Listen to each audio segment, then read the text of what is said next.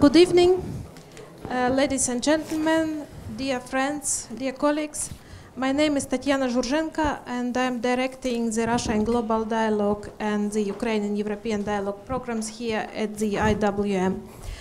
It is my pleasure to welcome you today in the name of the Institute and our rector, Shalini Randeria. Today's panel discussion, Turkey and Russia in the New Global Disorder, opens a conference which starts tomorrow on the same topic. And now let me introduce our moderator, Ivan Krastev, whom most of you know very well.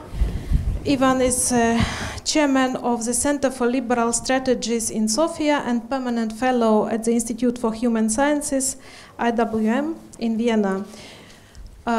You all certainly know him from his political comments in international media, especially in the New York Times. His most recent book is After Europe, published this year by Penn Press, Philadelphia. I will now give the floor to Ivan, who will introduce our guests, but before I would like to invite all of you to join us for wine and cheese after the panel. Thank you, Tanya, and thank you very much for coming. As Tanya was saying, we're going to have tomorrow and the day after tomorrow 2 days conference very much devoted to the issue of connections between domestic foreign policy, comparing Russia and Turkey, and also how Russia and Turkey sees the world in transition. So we decided, and if everything is fine, in 2 years there should be an interesting book coming out of this project. But we decided to start with a public discussion, and my idea is the following. You have two persons that you know very well. We have been joking that in Japan, if you're really kind of well established, on your business card is only your name. So from this point of view, there are two persons who do not need to have much of an introduction.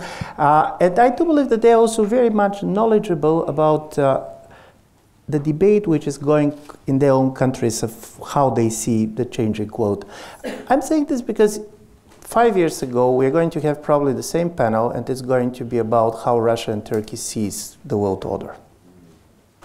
Now we don't work with the assumption simply that there is a change of balance of powers, but I do believe we see a crisis of the world order which is challenged from everywhere, including the United States itself. So from this point of view, obviously we're talking about a new situation, and for me there are three major questions which I'm going to ask to Soli, who is the Turkey on this panel. Very famous professor in international relations. He has been teaching in the United States. He has been teaching in Europe. Both of them, by the way, now Robert Bosch fellows in Germany, in the Bosch Academy in Germany. And Fyodor Lukyanov, who is the editor-in-chief of Russia and Global Affairs, and also is one of the most quoted Russian experts on foreign relations. So my idea is first two of them to try to tell us how these changes that we observe are conceptualized, seen from Ankara and from Moscow, and where both on one side Russia, on the other Turkey, see the risks and the opportunities for themselves. Let's start with Turkey, because listen, we have been longer, being Bulgarian, I have been part of both countries. We have been living happily for centuries, I mean, on both sides, but we have been staying longer with the Turks. So let's start with Soli. Thank you and welcome all.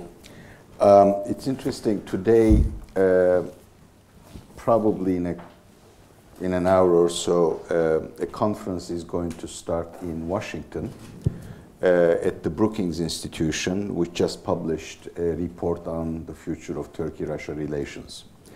And in fact, one of our colleagues is going to be a commentator there, and she's going to arrive and join us for the conference tomorrow morning. And we're also in the day after of that extraordinary speech that the President of the United States gave yesterday at the United Nations. Even by the standards of the Trumpian era, this was quite an interesting talk. at several levels, in a way, I guess it was designed to prepare us for today's discussion, because in a world where the President of the United States cannot distinguish between an audience of Iowa farmers, Ohio workers, alternative right rallies, and the United Nations General Assembly, it is very difficult to make out what the rules of the order actually consist of. In a way, what seems to keep the world order going these days is the inertia and the fact that as the power balances in the world have changed, we have not yet seen either the political rearrangement of power distribution or the institutional and rule rearrangement of that power distribution. And that, of course, makes everybody kind of feeling insecure because you don't know exactly where the North Pole is, or you don't know where your reference points are, and therefore everybody is struggling. And if you're North Korea, you take advantage of that wonderful environment. And if you're Bashar al-Assad, you can, yes, of course, take advantage of things that have gone downhill since, in my judgment, the United States have taken its quest for primacy to a rather detrimental end, and when it decided, despite the rules that itself had set in 2003 and attacked Iraq. So my view is, and this of course, I don't know if what I'm going to say to you about the world is necessarily how our rulers see the world. I have no access to our rulers. My own education prepares me not at all to understand what they're doing, but I'll try to do my best, because in what goes on in Turkish foreign policy, I think there are also some well-established structural points. So we are at a time of many things, but one of those is the return of geopolitics with the slow breakdown of the international order. As I said, because there's a redistribution of economic power, the rising clout of Asia, demographic factors that work against mainly Europe, but also the West in general, and the policy choices of an unrepentant and stubbornly primacy-oriented USA are also making the future a lot less certain than one otherwise might wish. As you know, Mr. Trump just sacked my Steve Bannon. From the speech yesterday, you wouldn't know that Bannon has been sacked. Well, because his sidekick, Steve Miller, is there, and he wrote the speech. And Steve Bannon is on record, very bluntly having said that the United States and China are in an economic war, and the United States must win it. He has been on record for having said in 2016 that sooner or later there would be a war between China and the United States. We know he is an economic protectionist, and I think he is taking the neoconservative logic about power, about American power, that so long as we have some kind of superiority, we should use it before anybody else actually gets to a position to challenge us, to its very irresponsible extreme, at a time when objectively the United States doesn't appear to me to be capable of actually doing what it promises to do. Trump said yesterday, we will obliterate, annihilate North Korea. Be their guest. But much more importantly, of course, Iran, but I'll come to that in a moment. So Turkey, like all other countries, will have to actually navigate its way in this kind of environment where the primary power, its most important ally, is basically negating its own responsibilities. It's basically, it's abdicating from its responsibilities. Now, that maybe was in the cards as the Cold War ended. And Turkey, since the end of the Cold War, had actually, and that is not just the AKP, has been looking for a new direction. Since the end of the Cold War also meant that what binded Turkey to the West in security terms was actually loosened.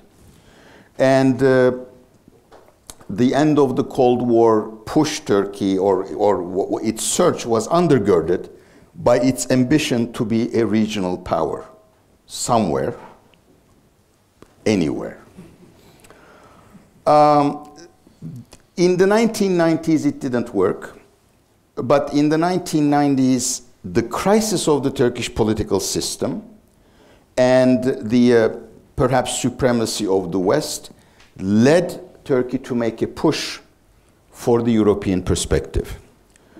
I think that was a very important surge on the part of Turkey. It was, I think, very important for Europe as well. I know this is not a view most Austrians find terribly appealing. But based on three reasons: Europe's blindness, start with Austria, but put the blame on Sarkozy and Mrs. Merkel; Turkey's own hubris; and American mismanagement basically led to the fall of the European perspective. Then came the rise and the miserable fall of the quest for primacy in the Middle East. And the reason why, in my judgment, Turkey moved from being in 2011 the country that was supposed to be the model for the Arab revolts, or the political consequences of the Arab revolts, ended up in the wrong side of plenty of things and basically lost that aura, was the poisonous effect of ideology on geopolitical strategy in the Middle East, which is both curious and sad, because if the Ottomans and the Turkish Republic had been good on anything, they've been very good on reading geopolitical maps and being able to think strategically along geopolitical lines. But as I said, I think that was the poisonous effect of ideology. So with the European prospect down, with the Middle East strategy in tatters, we seem to be walking back or moving back to the early 1990s, when Eurasianism was the order of the day. That seems to be the option, whether or not it's a realistic option, that remains. And that's what brings, if you will, really strange bedfellows together. Because the Eurasianist ambition was the ambition of secular nationalists to begin with. But AKP seems to be kind of aligning itself with them, because, as I said, there is really nowhere to go, although I don't think the Eurasianist perspective itself is necessarily a realistic one. And these Eurasianist ambitions are happening at a time, or are shaping up at a time, when Turkey's domestic order takes a sharp turn towards not just authoritarianism, but Islamization. And that is because I think the rulers have run out of ammunition, that is, policies and projects to present to the general public. At that point, I see three limits on Russia-Turkey. It's lovely to read Western press, really. You know, if you read the Western press, Turkey is solely responsible for the failure of the European project. I really find this annoying.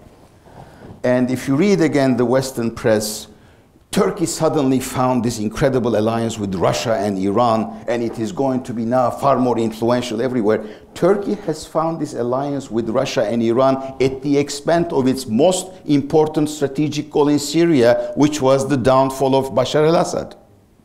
So the agreement in Moscow and everything that had followed upon it is actually a declaration of failure. And the symbol of that failure unacknowledged, but in my judgment, articulated by Turkey is, we used to call Bashar al-Assad Bashar al-Assad. Then we started calling him Bashar al-Assad, and now we're back to calling him Bashar al-Assad. That, I think, basically summarizes everything, as tomatoes summarize everything in the inequality between Russia and Turkey. But I see three limits on Russia-Turkey cooperation that is going on today. I'm in favor of good relations with Russia. I thought the downing of the plane was a blunder of truly enormous proportions. We've stepped back from it, thankfully, but I think Russians have long and deep memories, and Mr. Putin may not forget that and the murder of his ambassador in Ankara.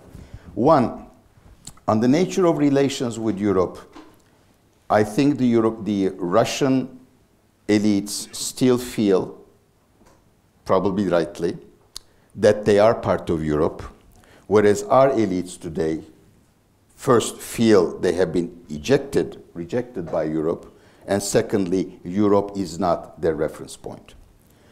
That relates to the second reason.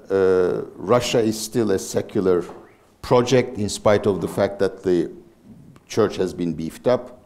But in our case, the only remaining ideological orientation that has any potential seems to be the Islamist one. And finally, it's the historical patterns of geopolitical competition between Russia and Turkey that, in my judgment, is going to limit the togetherness for the future. The big difference from history, and I'm ending here, is the close economic relations, Turkey's energy dependence on Russia, close economic relations between the two, and Turkey's energy dependence on Russia. So these relations are going to continue and probably prosper, but the relation between Russia and Turkey is not going to be really an egalitarian one. And I'll leave it to the question and answer part where Europe falls in all of this, with America's disorienting president, Russia's geopolitical return, and Turkey's teetering between its choices of 200 years ago and its aspirations for the next few decades or so.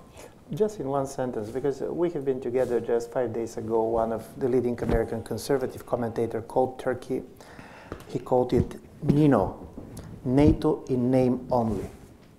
Are you going to agree with this? This is how they see it, but quite frankly, despite appearances, I think Turkey is still behaving as a NATO member. I mean, we're supposed to buy S-400s from Russia. My colleagues can speak more authoritatively to these things. But they also signed an agreement with the French-Italian consortium. And after 18 months, I think we will be buying NATO-compatible missile systems. And I think some people are, if the S-400 deal goes through, Turkey will have a system that is limited in its capacity and in its objectives. And I think some people are going to make a lot of money out of commission. Thank you very much. For Bulgarian, this makes a lot of sense. Going to Fyodor, in a certain way, starting with 2007, President Putin declared that the international order in the way it existed after the end of the Cold War was not in Russia's interest. To what extent Russia sees the current situation as an opportunity, to what extent it is a risk, and basically, what are the expectations perceived from Moscow? Okay, thank you very much. I'm very happy to be here again. I spent very productive time here 2013 at the Institute, and still hope to one beautiful day be here again. So before I go to your question, to connect to S-300, I think it's S-400 actually, the more advanced equipment. Look, what happens, so it's just part of a general picture, because arms sales and arms purchase is becoming the very legitimate and very widespread way to buy loyalty.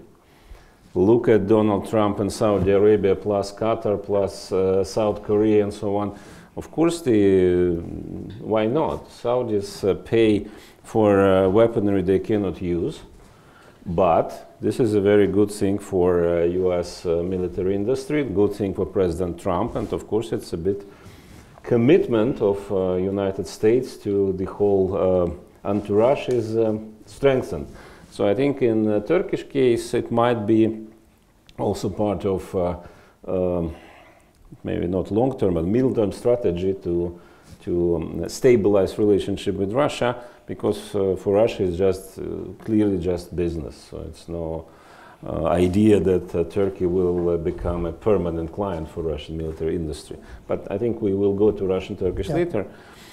As for world order, situation today is, from my point of view, for Russian Federation and for Russian leadership, is just another illustration of a famous phrase, be afraid of realization of your dreams.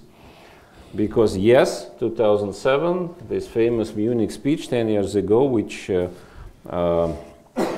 manifested a significant shift in Russian assessment of world affairs, President Putin explicitly referred to how badly Russia was basically treated after the end of the Cold War. And that was, of course, some people perceived it as a very aggressive speech.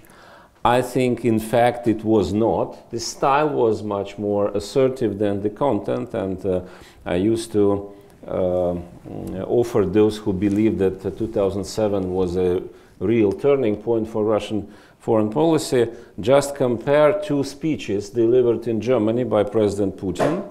One speech in Berlin in Bundestag, late September 2001, in German language, and speech 2007 in Munich. If you disregard style and wording, then substance is totally identical. But 2001, after that was a couple of weeks after 9/11, Putin just said, look what happens, and look how insignificant actually our problems are. Let's settle those problems and then go ahead to fight against terrorism. 2007, that was, so to say, conclusion. So everything is still in force, so we have same situation, but look what you're doing. So you don't listen to us and so on. In general, I think if we talk about world order and how it is now seen from Moscow, of course the most popular reading and publishing, for me, for example, as publisher of a foreign policy journal, any publication about end, collapse, decline of liberal world order is very much welcomed. So great, at last we can discuss. And most of articles are not of Russian contributors, but we just translate from foreign affairs, foreign policy, whatever. In fact, in our case, I think in a way Russian situation was easier than Turkish. Because in our case, collapse of the Soviet Union and end of the Cold War manifested such a profound change of status of the country that it was actually, it was clear what to reflect and what to be concerned about. During those years, the almost 25 years, approach of Russian leaders changed. Of course, I think the aim to make Russia, sorry for this quotation, make Russia great again, the aim was always there.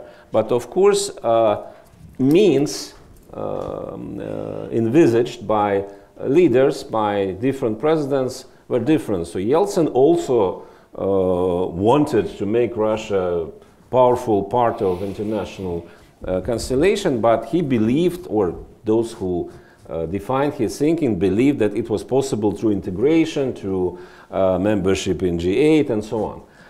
Putin initially did believe it as well, then he started to get disappointed more and more, and finally he arrived to the situation, as Ivan Krastev many times rightly referred, that Putin reinterpreted Russian position to defeated nations. So if defeated, then you need revenge. You need, so to say, to prove that you are able to restore former pride and status. But of course, the scale of collapse of status in case of the Soviet Union, Russia was to me unprecedented. It's a bit simplified, but just remember, November 1991, Mikhail Gorbachev, still president of the Soviet Union. Soviet Union was in tatters already, and it was a deep crisis, agony, but still, Gorbachev, together with George H.W. Bush, was co-chairman of Madrid Middle Eastern Conference, which still is one of milestones in this development, as representatives of two pillars of world order. Month and a half after, Russia was a country without, at that moment, initially, without a recognized international status at all, and begging for humanitarian assistance from those who recently were Russian enemies, Russian rivals. And of course, that collapse, I think empires collapsed many times in history, but that speed and that profound change was, of course, to me, was pretty remarkable. And that's why Russian reflection on that was a bit delayed, because the shock, initial geopolitical shock, was too big to just understand what happened. And that's why many reflections on that came much later in 2000s, not in 1990s. 1990s was a period of attempts to come to survive both on the state level and on personal level for many people. Then, what changed now with the arrival of Donald Trump? Russia lost the most important narrative. It developed almost since the beginning of Russian Federation. And this is just this narrative which Putin used in the Munich speech, and then it just escalated. Those who remember the first and the only visit by President Obama to Moscow in June or July, early July 2009. Yeah. The most funny part of this was Obama's meeting with Putin. Putin was prime minister, and he was not receiving him officially, but of course Obama went to see him. Obama made a fantastic thing before. He was not George W. Bush, but he did very interesting things from the point of view of public politics as well. The day before arriving to Moscow, he gave an interview where he suddenly started to elaborate that Putin is a good person, but you know, one foot of Putin is in the past, another foot of Putin is in the present, so we need to do in the way that his second foot will be. What do you expect after such public interview from conversation with the person who obviously is the most powerful guy in this country? That's, to me, it's an enigma, so I don't know. But for Obama, maybe he didn't mean anything bad, so he just wanted to recommend Putin to... Just wanted to move the guy. Yeah. And when he arrived to Putin's residence, and that was a bizarre picture of a Russian breakfast with caviar, vodka, and so. And the most funny person there was the security officer dressed as a Cossack with samovar, who gave tea or. And the conversation was very interesting for Obama because they welcomed each other. And then for 50 minutes, Putin just told him how bad America treated Russia. And then Obama said, thank you very much, and that was it. And in a way, I think really for Obama it was very interesting because he was pretty newcomer to this world, and maybe he learned a lot from this speech, and Putin actually, he can elaborate quite good. But now, imagine this kind of conversation with Donald Trump. I cannot imagine that, because Donald Trump, if, let's assume that Putin will come, or I don't know, Lavrov will come and say this thing, how badly Russia was treated, you enlarged NATO, you did this, you did that, you did counter-revolution. And then Trump would simply not understand what's the point. So what? You lost the Cold War. What do you want from us? Of course, because in the real estate business, this is a normal part of this business. It's not IT, it's not manufacturing, it's real estate.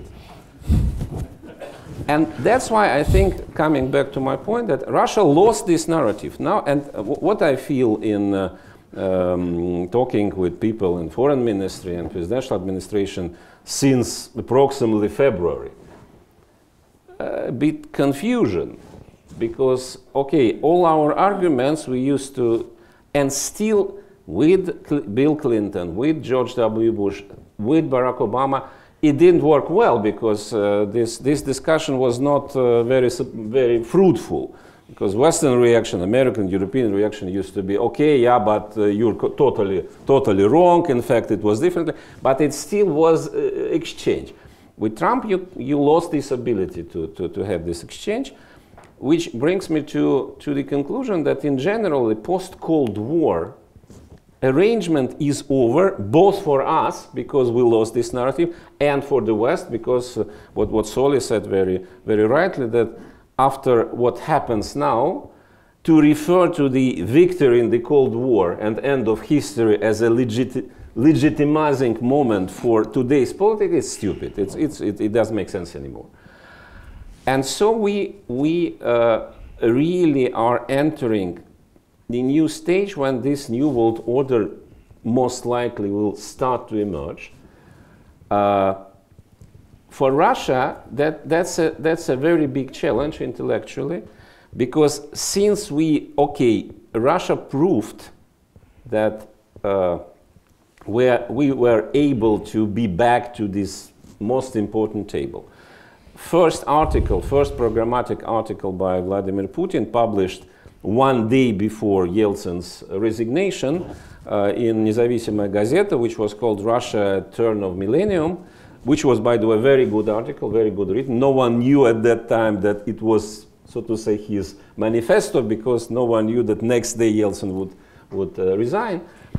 But the main idea there was that Russia risks to lose place in the first echelon of powers.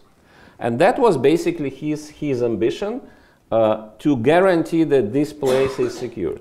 And more or less, in one or another way, we can debate means, costs, and so, but it has been achieved. And now it's so to say, open-ended scenario, because no one knows how this new world order will look like. Russia is certainly not able to be back to the position of the Soviet Union, and there are no ideas. Putin is not that stupid. He understands that, so to say, Yalta world is over forever. Popular idea in Russia, if you listen to Russian debate, this is not Yalta world, but Vienna world, this post-Vienna Congress, concert of powers.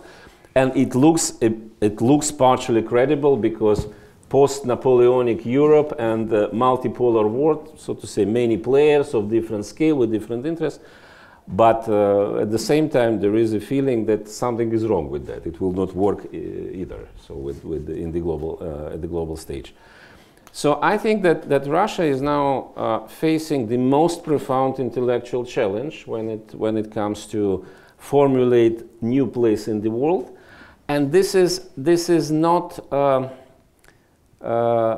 accidental. That if you follow discussion now, it's a lot about the future, but this future is being discussed mostly through the prism of technologies. Not only in Russia, you know this debate everywhere, but this obsession with some magic means like big data, that if you master big data, you know what will happen, and you don't need to explain why, because you just know what will happen.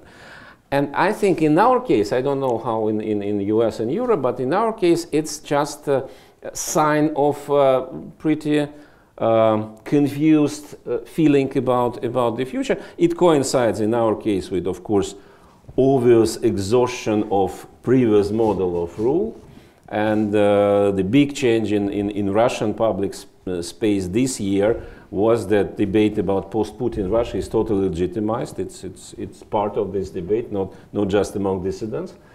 But again, I think that Russia is facing extremely big challenge. So Putin's, I don't know, last or not last, but next term will be very much important, and I don't see yet any signs of understanding how to address it. Thank you very much. I'm just going to ask for one more question and then we go for, but before it, just to make three assumptions which was interesting for me. One is, one of the problems that we cannot talk seriously Russia and Turkey is that we are obsessed with the political leaders there. We never talk Russia, we talk Putin. We never talk Turkey, we talk Erdogan. And we also see similarities, nevertheless there are similarities and dissimilarities, both on the level of the regime but also on the level of the personalities. Just to give you one example, I have the privilege to see two of them. These are very different experiences. One of them is coming from a very specific institutional tradition. Very much self-control, very much self-control. The Russian president could improvise and so on, but very much. The only institutional experience before becoming the mayor of Istanbul that Mr. Erdogan has was being a prisoner. So from this point of view, he's coming... No. He wasn't. No, he was put in jail for 4 months. Okay. After he was a mayor. No, but my idea is, he was not going through institutions. This was a very strong, popular leader. But the way he talks and so on, it's totally different. It's not self-control. In a certain way, it's much more controlled kind of outbursts in the way you communicate.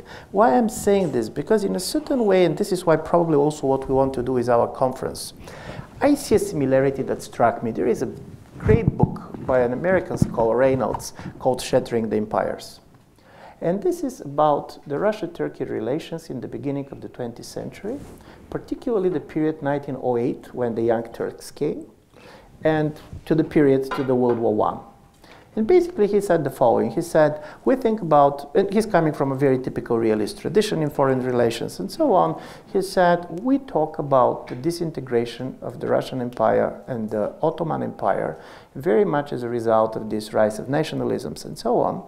But to a certain extent, it was the result of the competition and the clash between two of them, provoked by two very different fears. Turkey was shrinking empire, Ottoman Empire was shrinking, and they were very much afraid of partition and how this is going to be. Russia was expanding, and this period was a strong period for Russia in the beginning of the 20th century, but because of their extension, they feel very vulnerable to their southern border. Why I'm saying this? At the end of the Cold War, the roles have been totally different. Russia was shrinking, I mean the Soviet Union, there was a fear of partition. And on the Turkish side, when you talk about 1990s, remember that the first region in which Turkey wanted to be the regional power was the Soviet Central Asia. Before going to the Middle East, basically, you went to the Central Asia. I'm very much interested in this situation in which we have a certain level of disorder. What is back, and this is also very much in the language of everybody, it's a zero-sum game. Nobody believes anymore that it's a win-win, because this was the end of the Cold War. Now, basically, President Trump believes it's zero-sum game, President Erdogan believes it's zero-sum game, President Putin believes there is zero-sum game. So here I'm interested in the dynamics of the relations. And here comes also the relations between domestic politics and foreign policy, which cannot be reduced to the personality of the leader, but much more to the really regime dynamics. Obviously, we have new projects for nation building and state building on both sides. So how they relate to each other? Sorry for this long question, but I do believe it's going to allow us to frame it differently. Yeah. First, I want to add something to your question about Turkey not being in reality a NATO member, which the Americans like to invoke all the time. I find this to be a bit unfair. Not that Turkey did not have its own stock of faults, but look, I personally am very critical of Turkey's foreign policy in Syria from 2011 August onwards. But on the other hand, Turkey as a state had a legitimate concern about a PKK-affiliated group to become its neighbors to the south of the border. And whether or not I think Turkey's policy was correct, the security threat as it understood it was real. Did it find understanding in Washington? I mean, this famed transactionalism, which is not just Trump's word, but in general, or we will do transactionalism with Turkey, also suggests that the United States did not treat the alliance in a serious way. This is partially a function of the fact that Turkey and the United States never really resolved what would actually be their common interest in the post-Cold War period. That decision had been postponed constantly. Secondly, and I think very importantly, Turkey's allies, save for Britain, were nowhere to be seen in the way that one would expect them to be in the aftermath of the coup. The night of the coup, EU leaders were in Mongolia. Turkey was on their way back. Nobody thought of coming.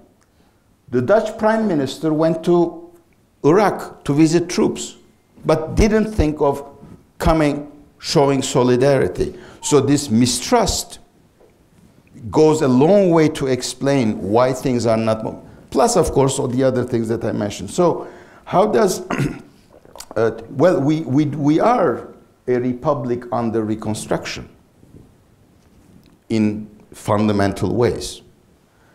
And the way we look at the world changes. But if I go back to my original point, what will be the role of geopolitics in all of this? That is, what will be the part played by structural forces which will locate Turkey? It is an important country, geographically, geopolitically. Whether or not the Europeans will take some time to recognize that and then therefore try to change their approach to Turkey, and whether or not how Turkey will respond are going to be big questions in my judgment in the next decade. But there is also the ideological element that might cloud the judgment of those who are doing the reconstruction. In my judgment, they're putting too much pressure on the existing structures, and they may not actually be able to engineer the new one in a way that will locate Turkey once this disorderly period is over in a much more central position than, or in a less central position than in my judgment it would deserve.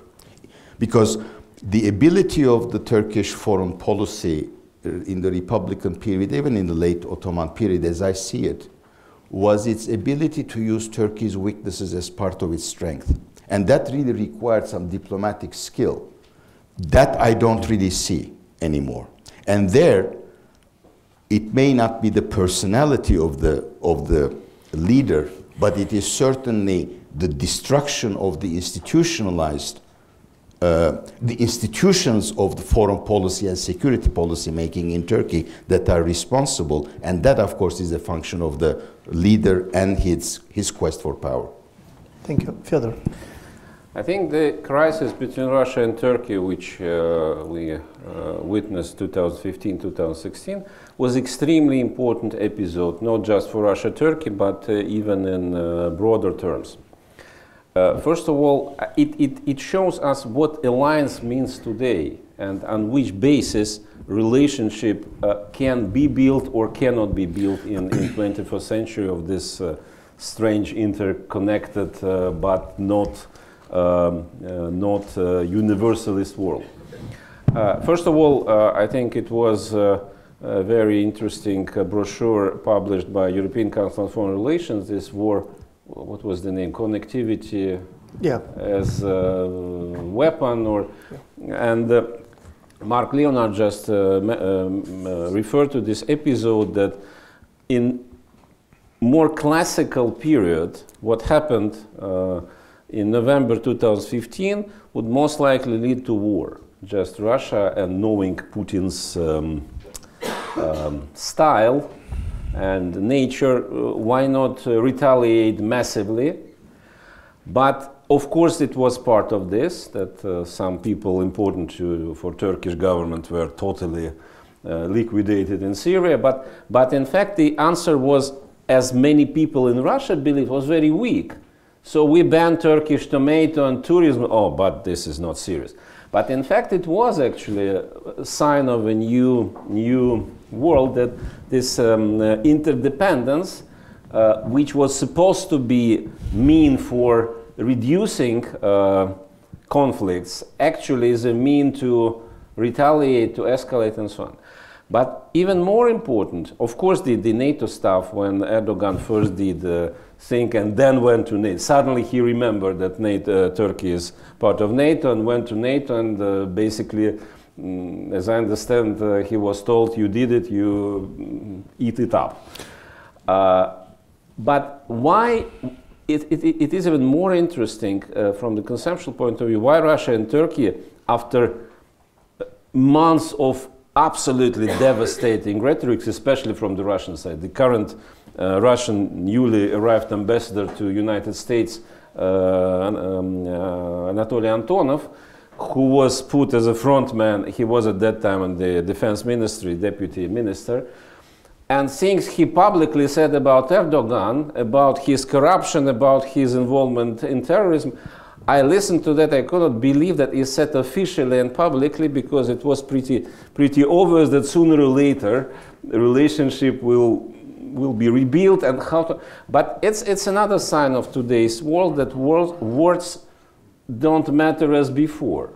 So who remembers what was said at that period about personal involvement of Erdogan, of killing people? No one. It was just nothing personal. So but why Russia and Turkey managed to reconcile very quickly after, okay, apology, non-apology, but after some rituals made by Turkish side? Because I think this period of crisis showed one simple thing: how much damage both countries can do to each other in case they want to do it. The fact that after crisis erupted, Erdogan suddenly, who was very much silent about Crimea all the time, but then he remembered that actually Crimea was a big violation of international law and annexation and so on.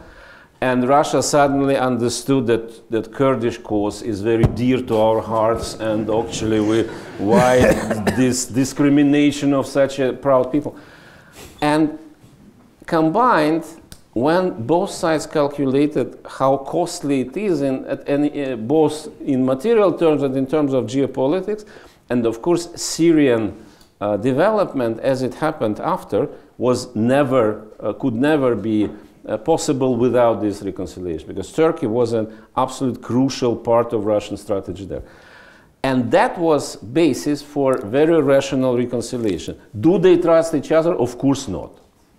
Do they like each other? I doubt. But this is a very good sign, actually, promising sign, that in very dangerous cases, persons even of this character, like Erdogan and Putin, they can count. And they understand that to pretend to be friends is better than to be open enemies. I don't know whether President Trump belongs to this category. I'm not sure. But at least this gives a glimpse of hope. So we go for questions.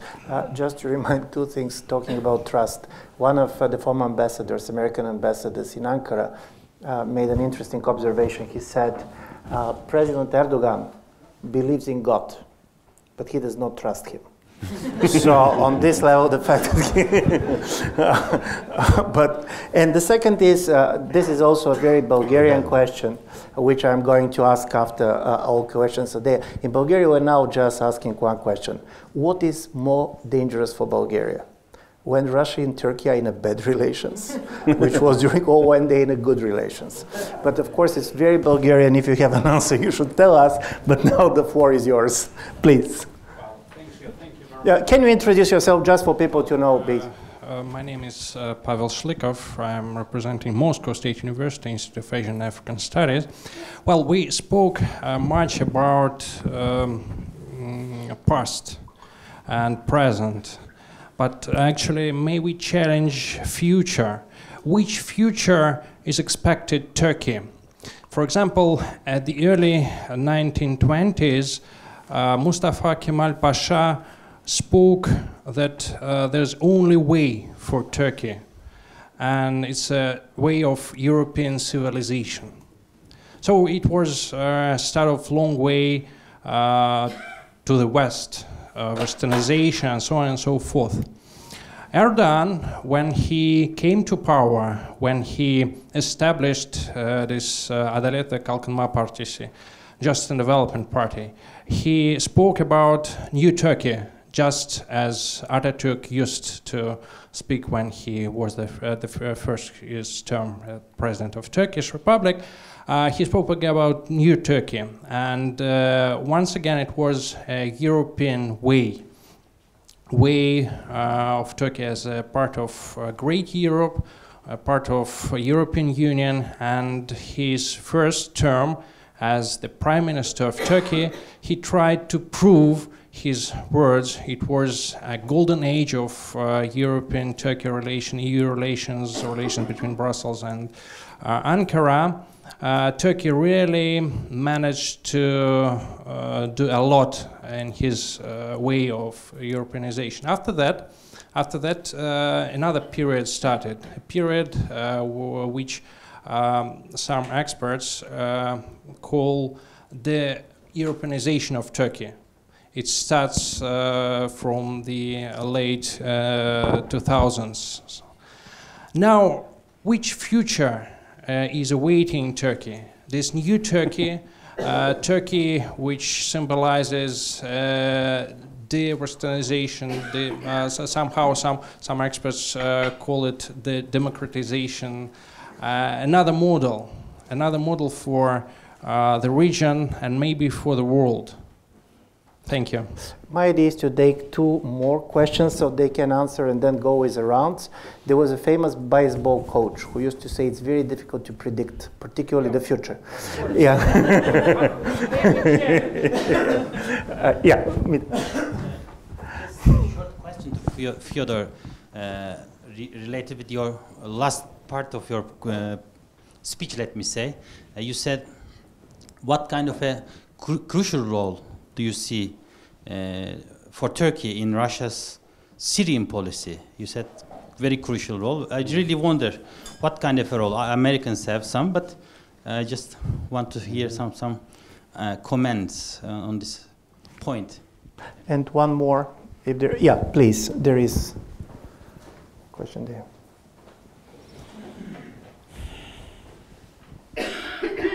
My name is Artem Gergun, IVM visiting fellow. Returning to the question of limitations for Turkey-Russia relations, is the problem of Crimea going to be more or less a significant part of this system of limitations? Because it seems that Ukrainian government tries to somehow to play this card, stating that Crimean Tatars, they are the main victims of the situation in Crimea. Okay, let's start with Russia. About Crimea, I think I'm not that deep in this, but my feeling is that Turkey will, in case, if not new huge crisis, but Turkey is not interested to emphasize this issue because it is, it will derail relationship with Russia clearly. Obviously, Erdogan will not be willing to play any role vis-à-vis Crimea on behalf of Ukrainian government. And if some ambitions vis-à-vis Crimea, then Turkey will have its own ambitions, not just to give Crimea back to Ukraine. And they have different agenda, if any.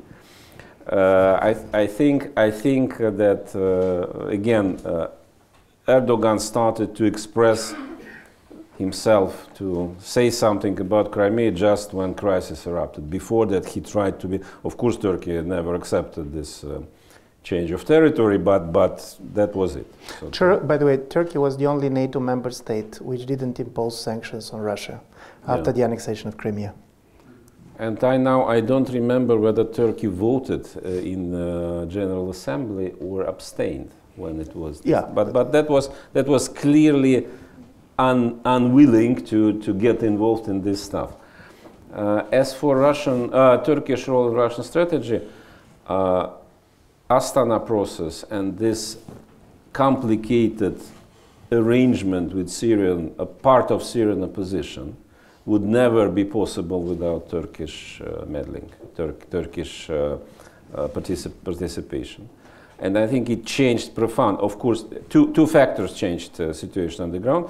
Military invasion, for sure, but also this sudden understanding that Russia and Turkey can not just oppose each other there, but can find ways how to actually, if not fully agree, but at least find common ground. And I think to put it in a very brutal way to divide Syria in zones of influence, or you can formulate it in more elegantly, but that was a crucial turning point, because I think at a certain point Russian leadership of course understood that military means to settle this situation were exhausted. So Russia did a lot, but that was not enough, and political part was necessary, and only Turkey can bring it.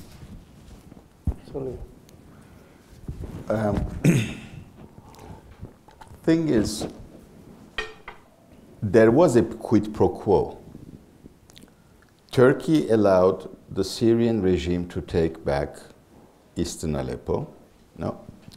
And in return, Turkey could go and now occupy about 2,000 square kilometers of Syrian land, and basically make sure that the 3 cantons of the PYD-run Kurdish region would not be joining forces. But when Turkey wanted to overreach, Russia stopped it.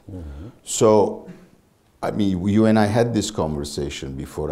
I see why Turkey's non-support of the Syrian opposition forces that made life difficult for Russia was important.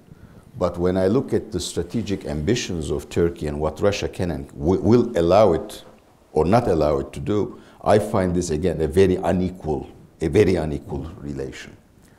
And of course, Russia also as insensitive to Turkey's concerns about the PYD as the Americans, although in Turkey we always think that Russia will let Turkey go to Afrin and all that, and it hasn't happened. And I'm yet to decipher what the deal is on Idlib.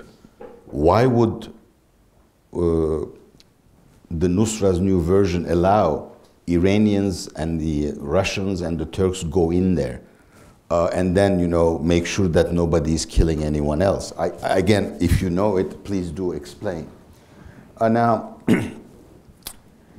the other question about the future. Look, here is how I see things in the world. When the Cold War ended, the 1990s, already it started from 1980s, we had multiculturalism was, if you will, the soup du jour. In 1990s, multiculturalism, liberalism, all peace and love and all that. And what this period corresponded to was an expansion of the definition of the nation everywhere, okay? What we're witnessing since the financial crisis is the shrinking of the definition of the nation. For Modi, the Muslims of India are not really part of the nation, okay? Obviously, for the Myanmar's ethnic rulers, the Muslims, I mean, they don't even have citizenship.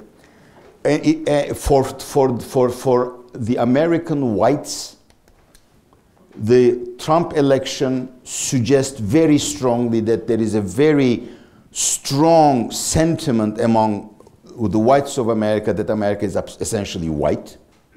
The French are now, France is for the Gauls, if you will. The same things are happening in Britain and stuff.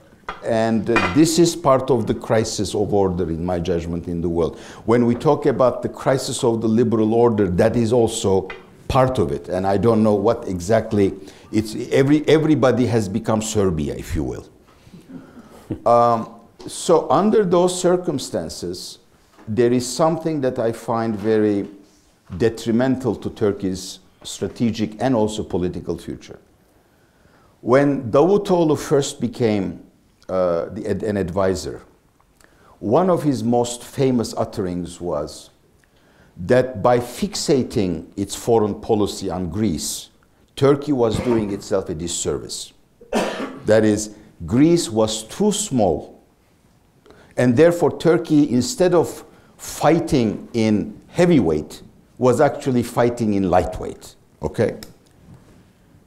Now, Galip has written extensively about this. When you look at Turkish policy today, especially in the Middle East, we have now taken ourselves to featherweight because our entire foreign and security policy is fixated on the PKK.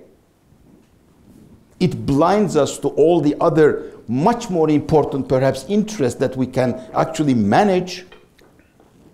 But that the PKK fixation is, of course, also a domestic Turkish issue. Okay? And therefore, in that sense, the AKP has actually joined this traditional, static Turkish view of how we define the nation. Whether we will have a more liberal definition, as we tried at the beginning of this decade. And that is going to generate a problem. That to me, if Turkey helped the PYD in Kobane, a lot of things would have been very different. The Americans perhaps would not have been joining forces with the PYD. Turkey would control the ground, and we would have an upper hand over the Russians even. Okay?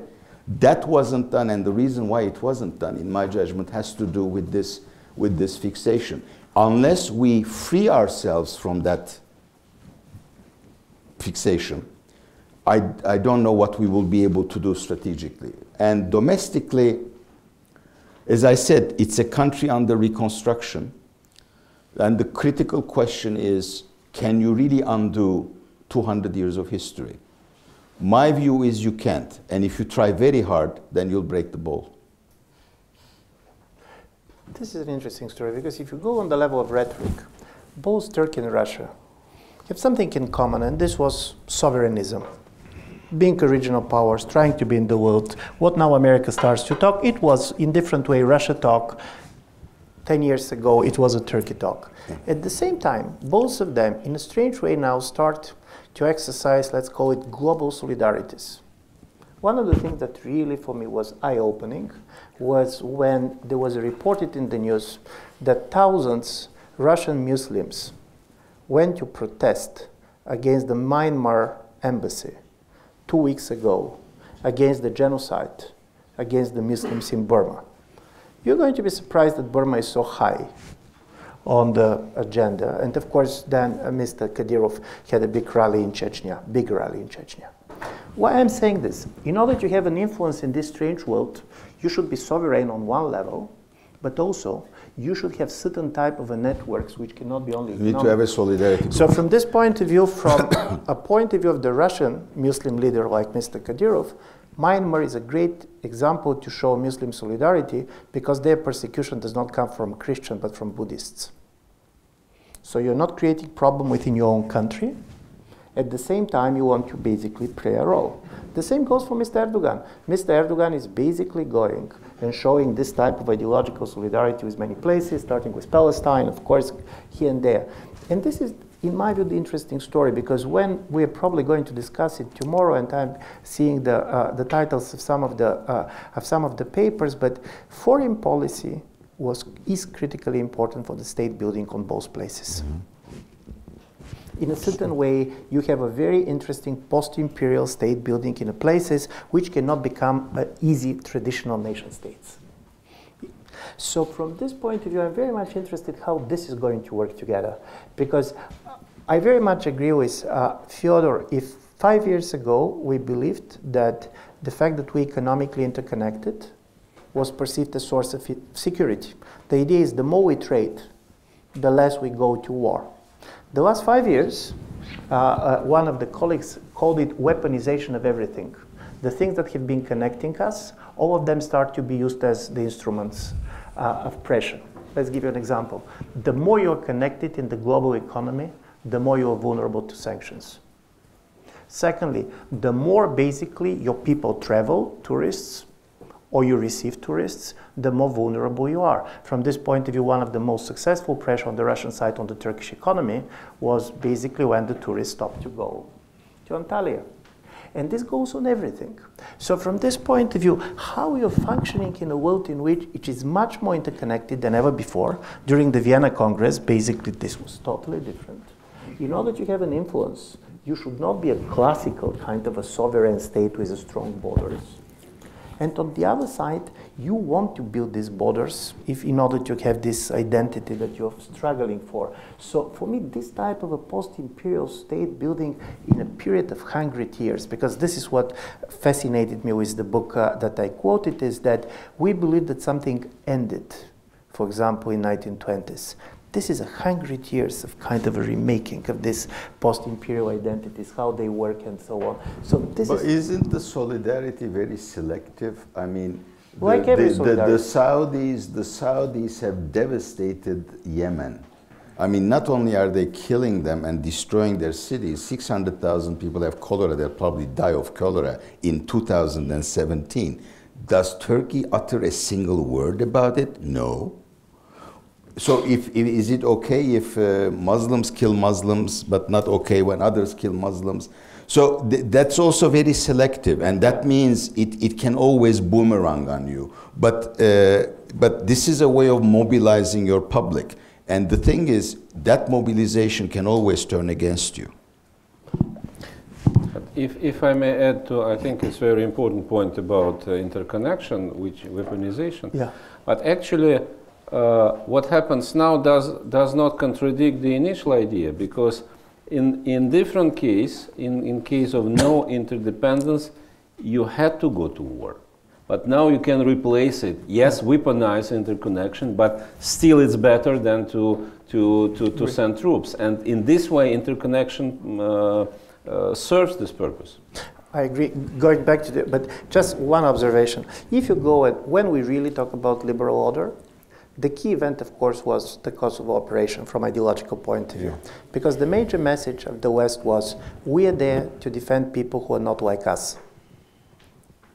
The idea is they're religiously different and so on, so we're talking, it's not the classical internationalism of the 19th century where the Christian powers are going to defend the Christians in the Ottoman Empire. And I do believe that this is one of the things that is totally now destroyed, because if we talk about this selective type of a solidarity networks, the major story is you go with your own.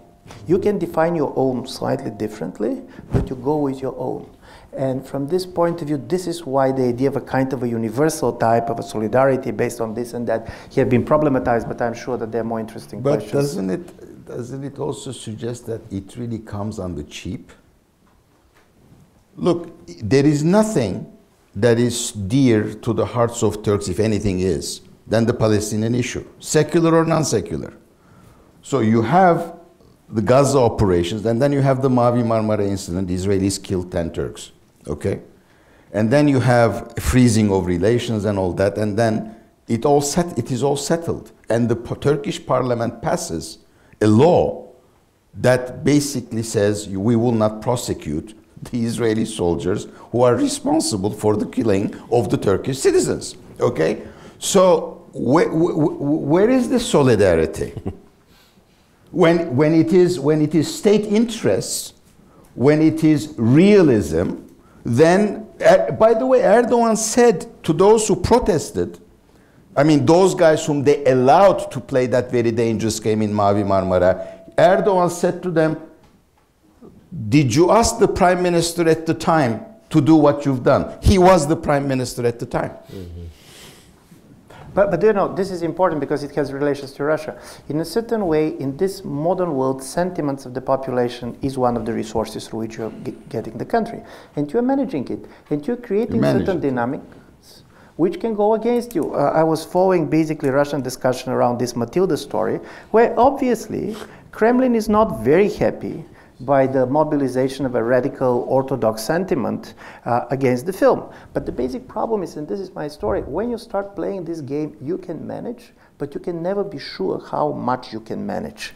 Because the societies, civil societies, has a mobilizing power of their own, and if before the fear was of liberal mobilizations, now they're going to be around totally different lines, both in Turkey and Russia. But I'm just looking, if somebody wants to enter the discussion, it is the moment now, because otherwise we're going to go for the... Yeah, please.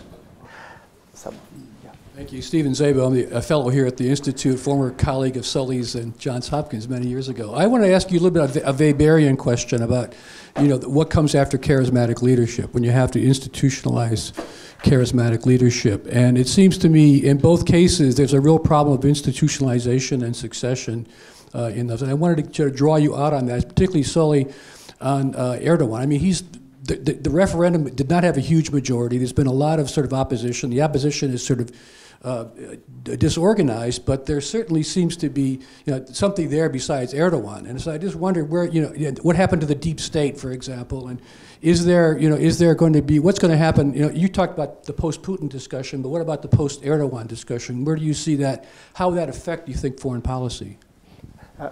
Just a footnote: the idea of the deep state was so typical Turkish term. Now you see how it moved to the United States. So from this point of view, I do believe the Turkish influence is getting up. Yeah, please. Well, I think we probably shouldn't finish the discussion without some perspective on European relations to both countries. Okay, so we go to the final round. Okay, let's. Okay, about deep state, was an article in recent edition of Foreign Affairs about deep state in the United States. I think very, very weak article, because a bit propaganda article arguing that there is no deep state in the United States because the United States is the greatest democracy. And it's not a struggle between Trump and deep state, it's a struggle because between idiot in the Oval Office and in democratic institutions. I don't believe it's fully correct, but in a way I don't think that in Russia we ever had a deep state, and we don't have deep state. Because for deep state, first of all, democracy is important for deep state. Because in our case, each next leader, if you look historically, at least recent 100 years or so, basically tries to reshuffle everything in a way that deep state cannot survive. Secondly, I don't think that we can find those, if we assume that there are deep state people in, I don't know, security services, army. A Russian tradition is that they normally hate each other more than those who can challenge deep state. Security people hate or dislike army people pay the same to them, and so on. And in Russian history is such that deep state had no chance to emerge. So, and I think that just in American case, we can talk, it's much more applicable. I don't know about Turkey. As for European perspective, okay, Alexei Miller, my friend and co-author of 2 reports we issued last year and this year, we are trying to argue sophisticated and complicated position that Russia should not be anti-European, but Russia should not be obsessed with Europeanization, which used to be the case in our history since late 18th century, and normally it does not bring Europeanization, but just the opposite. Each time we go in same circles. But I don't know, fortunately or unfortunately, I think now we see a rather resemblance of this pattern a little bit, at least at the very superficial level. Just compare what Russian propaganda said about Merkel, say half a year ago, and what is being said about Merkel now. Merkel used to be the most awful and anti-Russian leader of Europe. Now Merkel is quite a serious head of state starting to understand that America is not a good solution for Europe, and that maybe the next step will be she will finally realize how Russia is important. It's propaganda. It's not about much substance, but you see that so far we are in the same framework. Of course, Russia, in a way, Russia is deeply rooted in Europe than Turkey, because culturally, whatever happens in our country, as long as it's populated by those who live there now, not only Russians but all nationalities, those are Europeans. If Russia will be populated by Asian people, then maybe it will change, but it will not happen soon.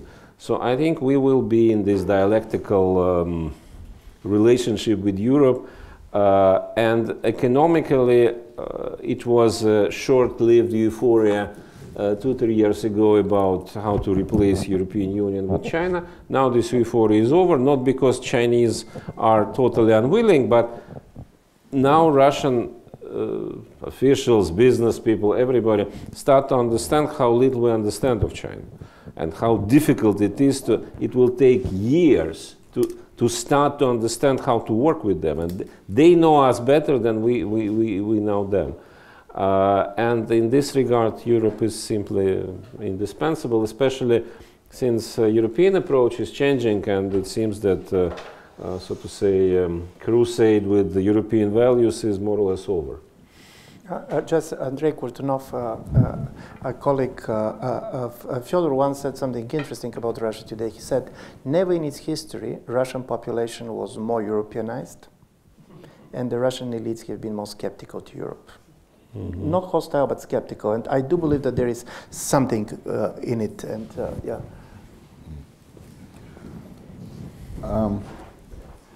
We probably cannot say the same thing about Turkey, although, strangely, despite everything, what was our last figure for EU membership? Less than 50%. Huh? Yeah, but still over 40. So, despite everything, despite especially the trauma of the coup and European non-response or weak response, 47% of Turks, not because they believe Turkey could be or would be a member of the European Union, but because that set of ideas do stand for something for their daily lives, still support the idea. So that's what I meant. Can you really reverse 200 years of history? Are our rulers really right that the Europeanization of Turkey is totally rootless? I think they're wrong. I think they're wrong. But we have no way of articulating our preferences in a political way to show to them that they are wrong. So going back to where I started, to Trump, we had a little discussion before we came down here. And Ivan said, you know, the most strange thing about Trump's speeches, he made two big threats. Would you believe that he would obliterate North Korea? Probably not. That's even more absurd than what he had said. So the thing is, he is downgrading the United States as a major power. I mean, the United States objectively is a major power, but it is certainly not under the best management.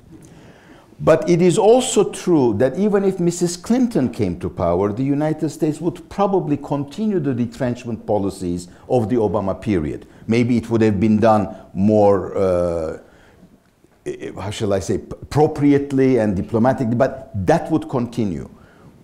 We have a big debate in Turkey. Do the Americans really want to stay around? I doubt that they have anything really much of an interest in Syria. Iraq may be a different story.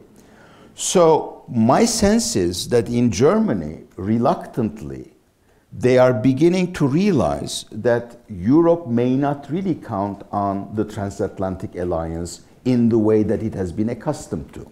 Now, that doesn't lead the Germans to actually increase their defense budget. It went from 1.2% to 1.1 to 1.18 or something. It's ridiculous.